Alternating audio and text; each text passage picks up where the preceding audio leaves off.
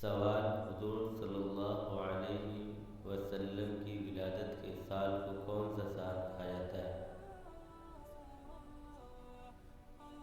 جواب: عام الفیل کہا جاتا ہے۔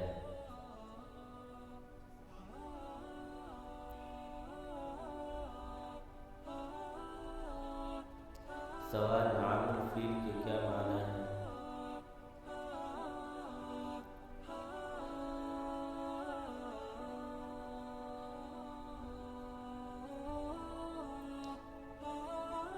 جواب: